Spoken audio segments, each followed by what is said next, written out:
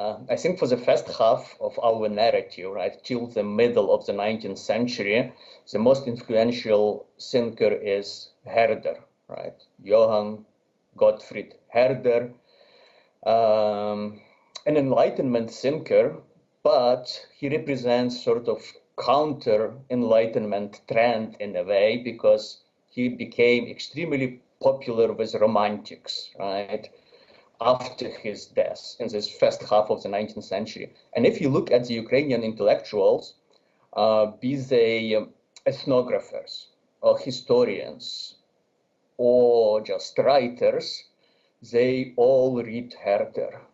They all acknowledge that, Herder is a paramount influence for them. You have Ismail Srznevsky, right, the publisher of the so-called Zaporozhian Antiquities, collector of Dumas. And if you look at his letters, for example, it's, oh, I had a coffee on my terrace and I read Herder. I had an afternoon siesta and I read Herder. I went to bed with Herder. Kostomarov, his dissertation, like if you open the introduction, the only outside influence, the only outside thinker mentioned there is actually Herder.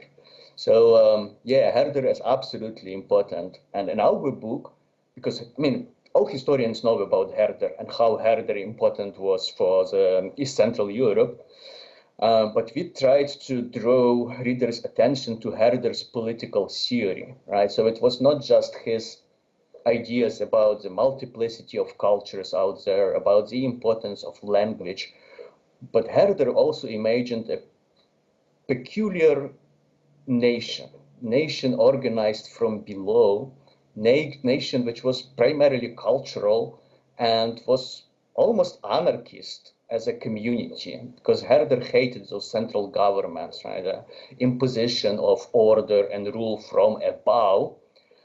And those Herder's ideas can be seen in the book of the Genesis of the Ukrainian people, right? The key kind of political text produced by Ukrainian activists in the 1840s, right? The Brotherhood of Saints Cyril and Methodius, Shevchenko, Kostomarov, Kulish are members of it, and this is the first modern political program for Ukraine, for the Ukrainian nation. And it's very Herderian, right? And its message. It's this kind of anarchist, loose federation of free communities.